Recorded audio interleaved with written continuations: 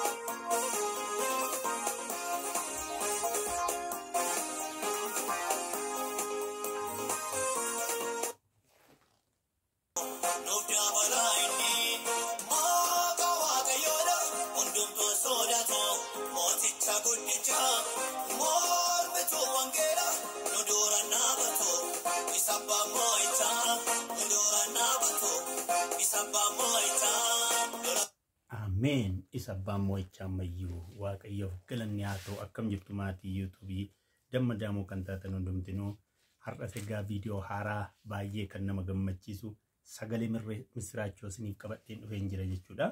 Kanaafuu egaa namoonni har'uma gara viidiyoo kanaatti dhuftanii maatii kan hin ta'in jechuudha. Maatii YouTube dammadaamuu taatanii yeroo yerootiin viidiyoo haaraa mata duree adda addaatiin isinii dhiyeessuudhaaf argachuu yoo barbaadan subscribe gochuudhaan maatii YouTube kana akka taataniif akkasumas immoo warri kanaan dura subscribe gootanii maatii YouTube keenyaa taatan immoo obboloota keessan warra kana hin arganneef illee share yoo gootanii fi ergaan kun isaan qaqqabuu danda'a.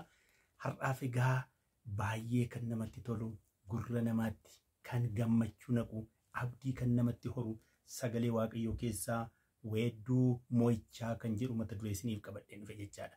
Kanaafi faarfataan kun illee akkuma amma jedhame kana gooftaan abbaa moo'ichaa abbaa injifannoo akka inni ta'e ilaalleetu jira jechuudha. Kanaatiifuu har'agaa weedduu moo'ichaa mee sagalee tokko kitaaba qulqulluu keessaatii otoo hin dubbisiin gabaabaasaa kadhannaa hin godhanna. Galanni siif haa ta'u hundumaa kan dandeessu barri kee daangaa kan hin qabne hundumaa kan mootu hundumaa olitti kan jiraattu uumaa waaqaa lafaa yaa waaqayyoo nama yeroo kana waan nu gooteef sagalee keessirraa akka dhageenyuu fi yeroo kana nu laatteetta maqaan kee eebbifamu amma immoo ergaa qulqulluu kana dhageenya sirraatii ittiin ija godhachuu akka dandeenyuuf ati nu gargaari maqaa Yesuusiin ameen. Kanaafuu egaa yaa obboloota koo har'amee macaafa raajii Isaayyaas boqonnaa 14 lakkoofsa 3 kaasee isiniin dubbisa. Akkana jedha. Ati yaa Israa'el yommuu Waaqayyo gadda kee dhiphina keef garbummaa ati keessa turte keessaa si baasee boqonnaa siif kennu mootii Baabiloon irratti weedduu moo'ichaa akkas jetta jedha. Inni nama cunqursaa ture attamitti dhuma argatee dheekkamsi isaas attamitti dhaabbatee Waaqayyo ulee nama jal'aa hin unkuteessa, ulee mootummaa warra nama mo'aniis hin hurreessa. Inni dheekkamsa isaarraa kan ka'e otuu gargar hin kutin saba lafarraa hin rukuta. Aariidhaan isaan in mo'e, oo'a malees isaan in ari'e.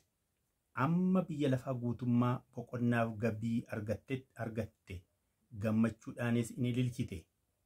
Gaattiraaf birbirsi Libaanos sitti ga'isanii erga ati gadi qabamtee namni nu muruudhaaf dhufu hin jiru hin jedhu. Kanaaf egaa har'a saba Israa'elitti Waaqayyo karaa raajii isaa Isaayyaas kan inni dubbate isa kana.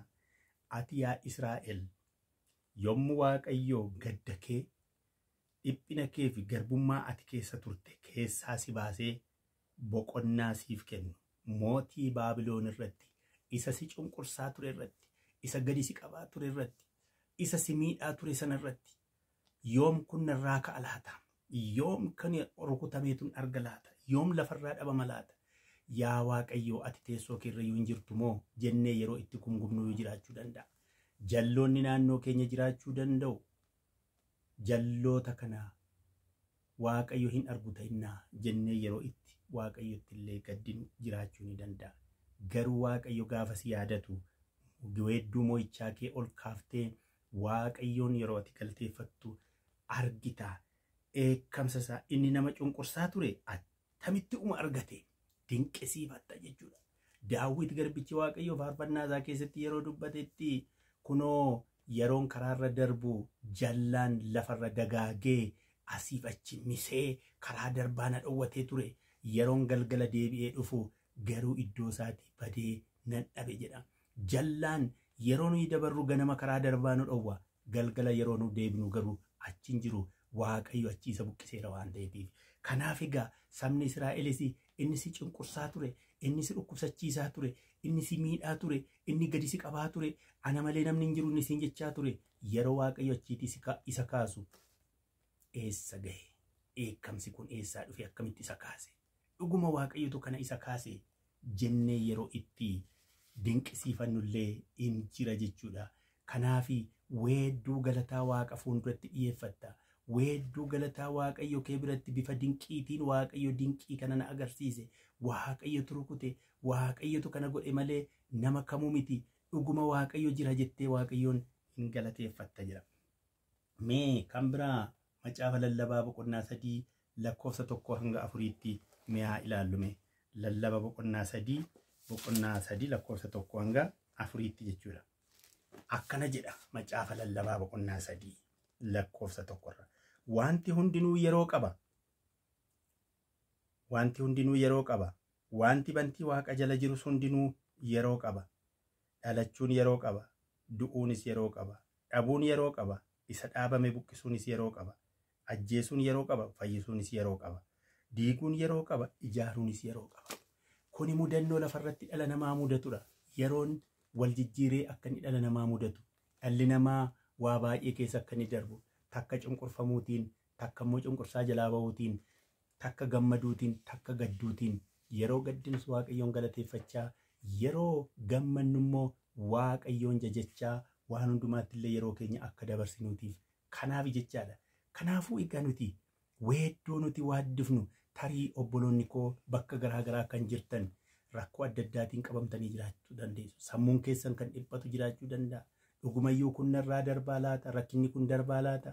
Rakkina kana ani darbeema argaa laata keessa deebi'ee kan jettanii abdii kutattanii jiraattanis jiraachuu dandeessu.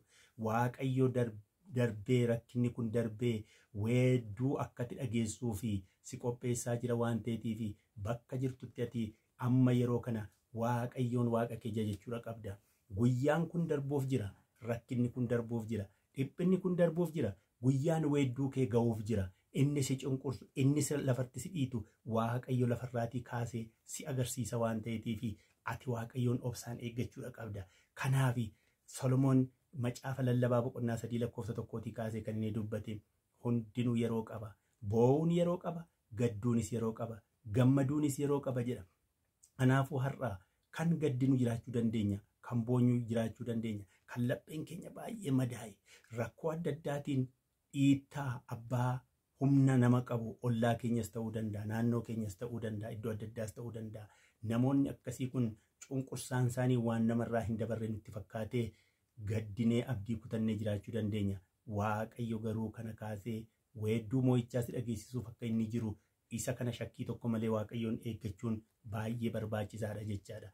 Kanaafuu Fari'oon saba Israa'el garbummaa jalatti bitee bara baraan garboomsatee jiraachuuf ture kan inni barbaade.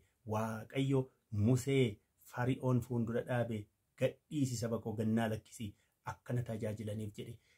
Fari'oon hin dide, waaqayyo garuu mo'aadha. Lolatti yoo ba'e waaqayyo eenyullee isa dura dhaabbachuu hin danda'u. Lolli waaqayyo guyyaa inni ga'e sana diinni hurraa'eetu argita.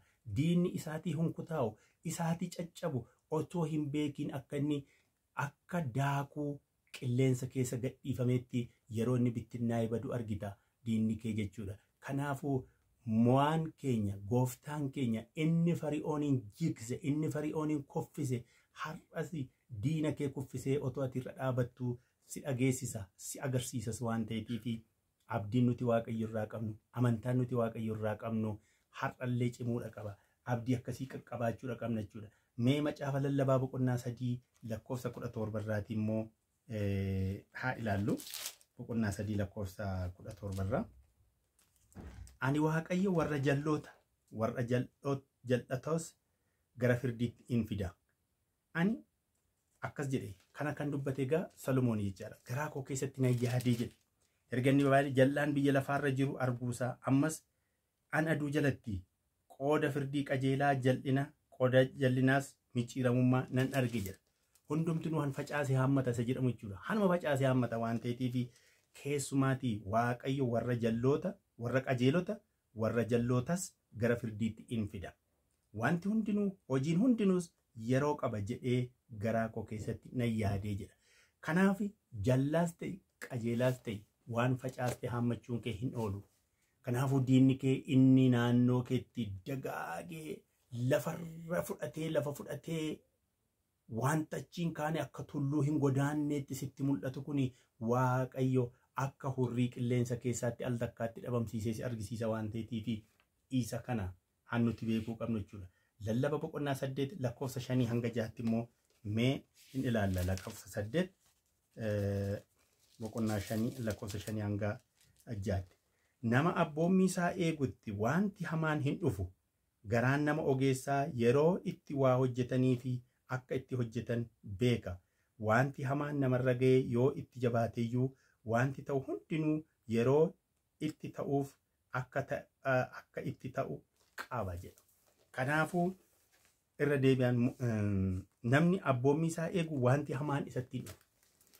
Waaqayyoon amanachuu qofaa miti. Waaqayyoofis abboomamuun barbaachisaadha. Jalloota jallaa kan jedhameefiyyuu sagalee isaa kana dhagaanii hojiirra oolchuun yookiin waaqayyotti ga'iisuu, waaqayyoon tuffachuu, waaqayyoon dhaga'uu yookiin sodaachuu dhiisuu isaaniiti. Har'a anaaf isin immoo warra waaqayyoon sodaatan, warra abboommii waaqayyoo eegan yoo taane qajeelota keessaa tokko. Karaa Kiristoos qajeelota taaneera. Karaa Kiristoos fayyineera. Gara fayyinaatti, gara jireenya bara baraatti dhufneera. Jireenya bara baraa argachuu kana keenyaatiif ijoollee waaqayyoo jedhamuu keenyaatiin karaa Kiristoos qajeelota taaneetu waamamna jechuudha. Kanaafuu jallaan immoo Kiristoos ilma waaqayyoo ta'uu isaatti waan hin amanneef ammaa kaaseeyyuutti faradameera. Wangeela Yohaannis boqonnaa 3 lakkoofsa 16 kaafnee yoo dubbifanne biyya lafaatti isa dhufe ilma waaqayyoo kana fudhachuu dhiisuu isaaniitiin itti faradameera ammaa kaaseeyyuuti jedha. Kanaafuu Kiristoos ilma waaqayyoo ta'uu isaatti amannee hojii keenyaatiin qajeelota taane osoo hin taane karaa dhiiga hoolichaatiin qajeelota taane gara fayyinaatti dhufneerra. Ayyaanni waaqayyoos nu baay'ateerra. Ayyaana waaqayyoo jala warri jirru homaallee waan sodaannu hin qabnu.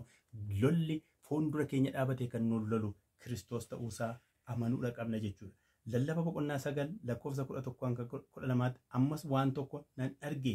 Innis osoo fiiganii nama dura darbuu dadhabuun otoo hojjetanii sooromuu dadhabuun jedhamee isa irma deemetaniin nama 9 boqonnaa 9 lakkoofsa 11 hanga 12 jechuudha. Ammas aduu jalatti waan tokko nan arge. Innis isa fiiganii nama duratti darbuu dadhaban, lolanii mo'uu dadhaban, ogeessa ta'anii buddeen dhabuu, afchaala ta'anii sooromuu dadhabuu, hojjechuu otuma beekanii otuma yeemanii iyyoomanuu yookiis of harkaa dhabuu. Isaan kana hundumaattis yeroon tokkichiif wanti tokkichi in dhufa. Namni yeroo kamitti maal akka itti dhufu beeku tokkollee hin jiru jedha. Kanaafuu egaa ammas aduu jalatti waan tokko nan arge. Innis osoo fiiganii nama dura darbuu dadhabuu, lolanii mo'uu dadhabuu. Hin fiigda, bira darbuu hin dandeessu, hin lolta, mo'uu hin dandeessu. Halkanii guyyaa dhamaatee hojjetta, qabeenya of harkatti yookiis buddeen nyaattee quufuu hin dandeessu, kan ittiin bultullee hin qabdu. Kana maaltu godhe? Isa waan hundumaa dura darbee siif loluu danda'u Kiristoosiin wallaaluu keeti jechuudha. Inni kun akka ati Kiristoos duratti akka hin mo'anne, diina keetiif akka ati injifatamtu kan si godhu Yesuusiin of dura waan dabarsuu dadhabdeefi. Israa'el inni ati dhiphachaa turte, garbummaa jala inni turte kun yeroo itti Waaqayyo jalaa si baasu hin sagalee moo'ichaa kee hin dhageessifta. Meerre inni nu rakkisaa ture, meerre inni nu cinqaa ture, meerre inni nu gidirsaa ture jette Waaqayyoon galateeffatta. Waaqayyo mo'uu isaatti, Waaqayyo dura kee darbuu isaatti hin galateeffatta jedhee inni dubbates isuma kana jechuudha. Waaqayyoon dursatti yoo of dura dabarsine, yoo fiignes hin dabarra, yoo lolles ni moona. Yoo ofii keenya humna keenyaan dabarre garuu hin darbina yoo jenne garuu ofumaati jechuudha. Akkasumatti lafarra fiigna malee waa gochuu waa tokko bira ga'uu hin dandeenyu jechuudha. Kanaafuu yaa obboloota koo Waaqayyo garbummaa keenya jalaatiin nu baasa. Waaqayyo gadda keenyatti nu jajjabeessa. Waaqayyo iddoo laafnetti nu cimsa. Hannu bukkee deemee bitaadhaanis mirgaanis duubaanis fuulduraanis hani harka nu qabee deemu Waaqayyo qofaa ta'uusaa beekuudha qabna. Sabni Israa'el Gibxi keessaatii yeroo ba'u fuulduraan galaana diimaatu fuuldura isaanii ture. Duuba isaanii konkolaataa Fari'oonii fi Fari'oontu qabannee garbummaatti deeffanna jedhee faana fiiga ture. Waaqayyo garuu saba Gibxi kana galaanicha keessatti dhidhimsee saba isaa garuu injifatee mo'ee fi galaanicha irra dabarseetu deebi'anii buleesaa immoo ganama reeffi warra Gibxi galaanarra otoo inni deemuutii arganii. Har'a Waaqayyoon qabannee yoo deemne galaana fuuldura keenya deemu Waaqayyo gab godhee xurra nu deebisisa. Diina keenya nu qabachuuf duuba keenyaan fiigummoo galaanichatti dhidhimseetu galaanarratti reeffa isaanii akka nuti arginu nu goosa jechaadha. Kanaafi warri nu garboonfachuuf fiigani akkasitti lafarraatti dhabamsiisa Waaqayyo. Lafarraatti dhabamsiiseetu nu injifachiisee gara biyyicha sanuti galuuf dhamaanu sanaatti akka galluuf nu gargaara gooftaan keenya. Amanannaan keenya Waaqayyo haa ta'u. Akkuma Iyyaasuun dubbate kan amantanuu filadhaa. Anii fi manni koo Waaqayyoon waaqessina jedha. Anaa fi manni koo Waaqayyoon waaqessina. Anaa fi manni koo Waaqayyoon hordofna jennee qabachuudha qabna. Waaqayyodha kan manni koos ana qofaa miti. Manni koos Waaqayyoon amanachuudha qaba. Atii fi manni kee Waaqayyoon amanachuudha qaba. Mana kee keessa kan jiru hundumtinuu Waaqayyoon amanachuudha qaba. Atis amanachuudha qabda. Akka Iyoo'el raajii Iyoo'el keessatti kan dubbate immoo wayyaa keessanii tarsaasiina garaa keessan tarsaasaa malee jedha. Waaqayyotti amanuudhaa fi wayyaa keenya miti, horii keenya miti, qabeenya keenya miti kan Waaqayyo nurraa barbaadu laphee keenya akka nuti tarsaasnuufidha. Gooftaan keenya Yesuus Kiristoosis kanaaf balbala rukutaa isiniif hin banamaa. Barbaadaa hin argattu jedha. Injifannoo kana argachuudhaaf balbala Waaqayyoo ganamaaf galgala rukuchuudha qabna. Balbala Waaqayyoo yeroo hundumaa dhaabadhe innis gara kootti gurra isaa naa deebisee jedha Daawit faarfannaa isaa keessatti yoo nuti balbala waaqayyoo ganamaaf galgala dhaabanne gurra keessaa gara keenyatti deebisa. Hin nu dhaggeeffata. Mucaan koo maal naan jechaa jira laata? Mucaan koo maal narraa barbaada jedhama. Gooftaan Yesuus kanuma dubbate. Ijoollee isaa keessaa hanqaaquu yoo gaafatan eenyuun hanqaaquu bofaa kennuufi? Eenyuun raacha kan kennuufi?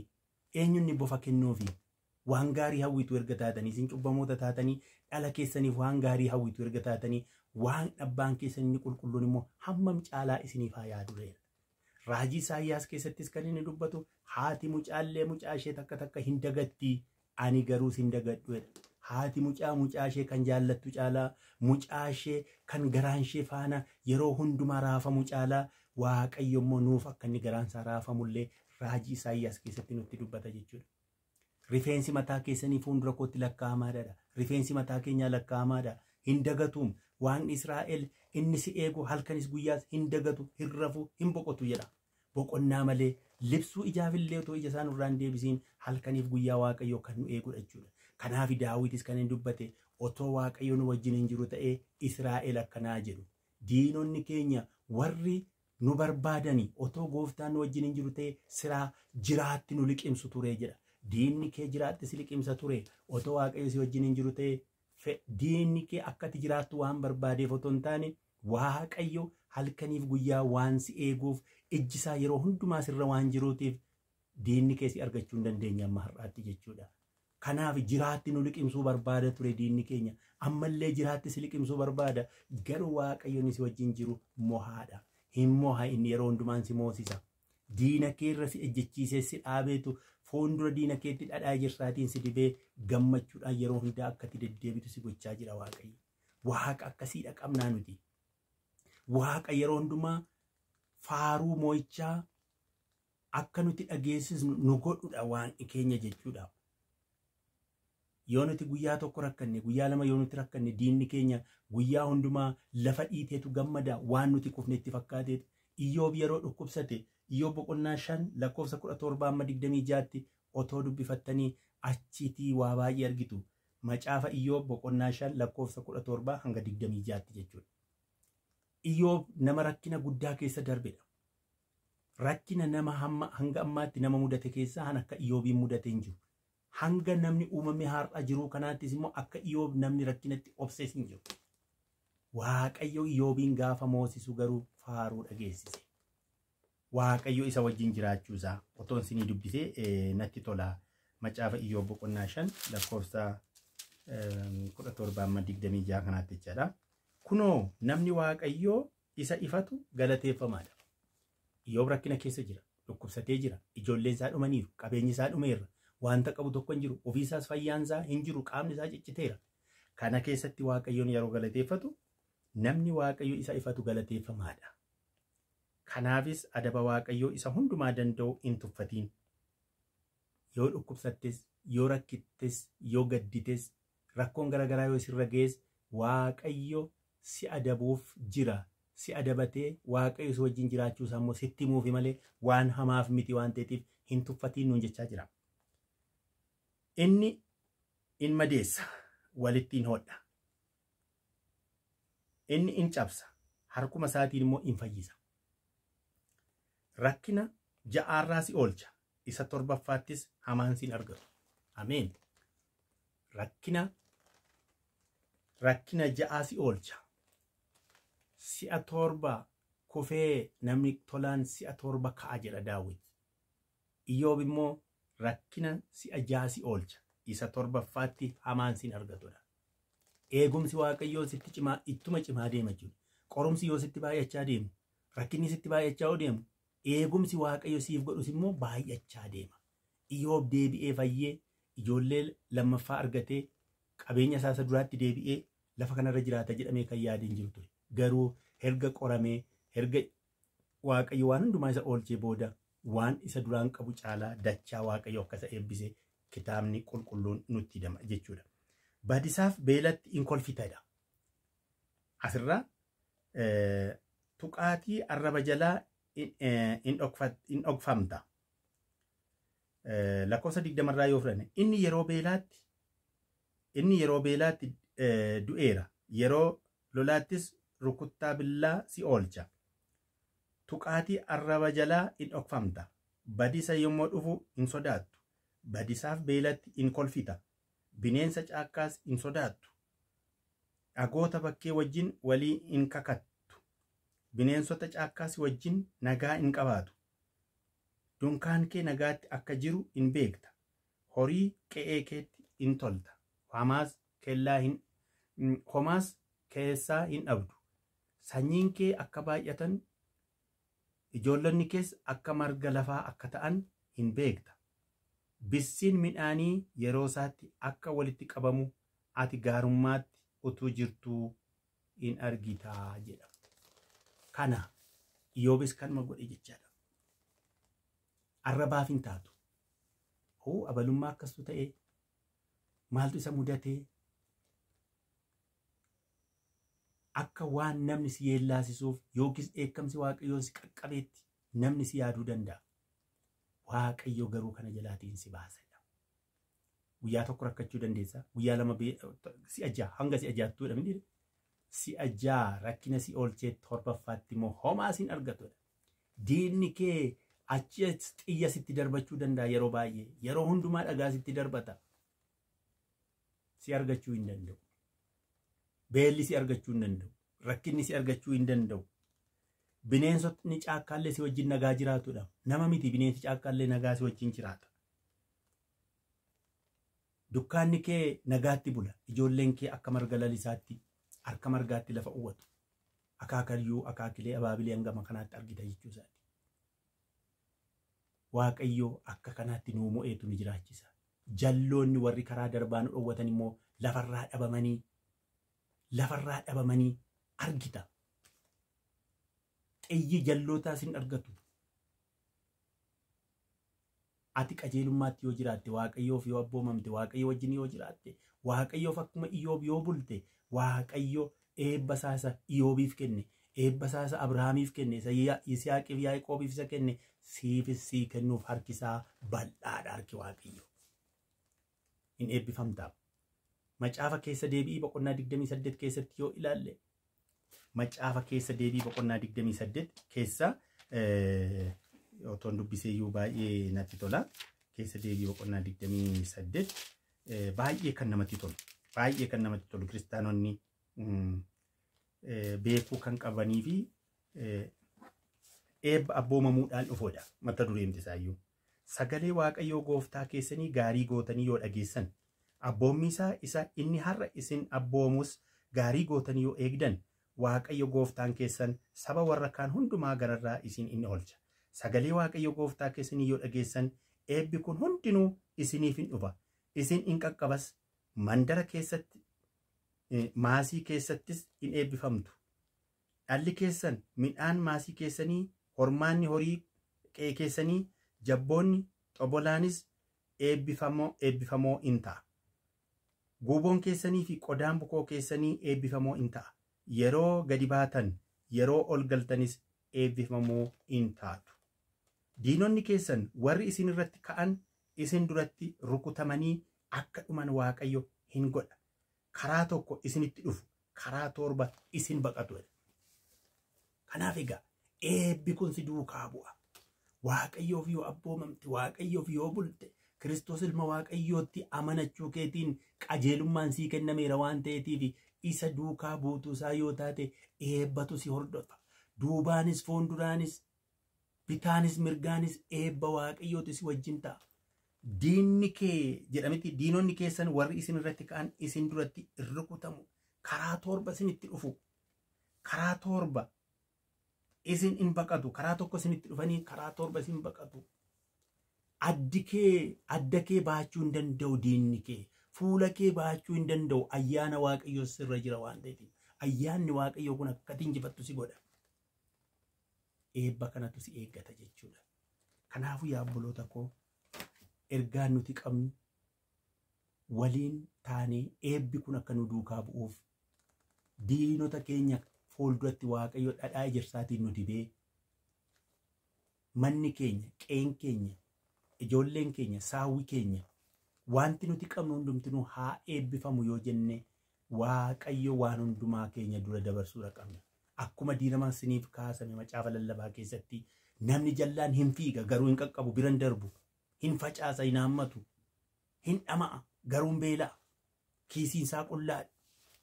Ati garuu Waaqayyoon qabda eebba si duukaa jira waan ta'eef kiisiin kee guutuudha. Garaan kee gammachuudhaan guutuudha. Jireenyi kee guutuudha. Wanti sitti hir'atu tokkollee hin jiru. Jalloonni garuu wanti isaaniif guutuu hin jiru. Halkanis guyyaas inuma fiigu. Abjuudhaan inuma fiigu. Guyyaas fiigaa oolu. Halkan abjuudhaan fiigaa oolu. Jooraa bulu. Hallayyaarra bulu. Bool'arra deemu. Jireenyi isaanii jeeqamaadha. Waan qabaniif waan gadhiisan hin beekani. Namni ogeessi, namni Waaqayyoon qabu ogeessa. Abshaala waan ta'eetiif waan godhu beeka. Waan gochuun isarra jiruu fi yoom gochuun akka isarra qabu isarra jiru ni beeka adda baafateetu jechuudha. Kanaafuu Waaqayyo isin haa eebbisu jedha. Sagalee Waaqayyoo dhageessan kanatti akka itti quuftan, akka itti gammaddan amantaa guddaa nan qaba. Mana keessa teessanii yeroo itti kophaa keessan kitaaba qulqulluu dubbifattanis haa ta'u, yeroo itti waan hundumaa gootanis sagalee Waaqayyoo har'a walirraa dhageenye kana irra deebitanii kitaaba qulqulluu dubbifachuudhaan kadhannaa keessanitti akka jabaattanii, kadhannaa keessanitti nuufis akka nu yaadattan adaraan siniif jedha. Kadhannaan nuti walii goonu bakka jirrutti waliif kadhannu, keessumaa akka naannoo keenya, akka biyya keenyaatti, akka Itoophiyaattis ta'e akka addunyaa kanaatti. Addunyaan kun raafama keessa jirti waan ta'eef addunyaa kana raafama keessaatii kan baasu Waaqayyo bichaadha. Nagaa kan kennu Waaqayyo bichaadha. Araara kan buusu Waaqayyo bichaadha. Nama kamiyyuu miti. Obboleessaaf obboleessi, biyyii fi biyyi har'a addunyaan keenya kun biyyi sooromes biyyi hiyyoomes waluma qixa. Waraana keessa galee wal fixaa jira. Nagaa dhabeetu jeeqamaa jira. Dhufaatii gooftaa keenya Yesuus Kiristoos milikkita ta'uusaa kan nutti mudha kunis waan ta'eef waan wangeela keessatti dubbifame waan ta'eef barreeffamee jira waan ta'eef milikkitoonni kun nuuf haaraa miti. Warri Kiristoos qabnu hundi isaayyuu beekna. Kanaafuu dhufaatii gooftaa keenyaaf immoo akka misirroota warra ogeeyyii irsa misirroo simachuudhaaf jedhanii dhadhaa noogiis dibata hundumaas qopheeffatanii dammaqanii eegan sanaa akka taanuutii fi hafuuratti yeroo hundumaa dammaqaa taanee Waaqayyoon kadhachuu qabnaa, galateeffachuus qabnaa. Gooftaan isin haa eebbisu. Ammas irra deebi'ee guyyaa guyyaatti viidiyoo haaraa mata duree haaraatiin siniif gadhiifamu akka isin qaqqabuutiif illee yuutuubii kana sabiskiraayib gochuudhaan maatii yuutuubii Damma Daamuu yoo taatan, Damma Daamuu sagalee Waaqayyoo dhagaameen quufamne kana isin biraaf ga'uuf nunis qophiidha.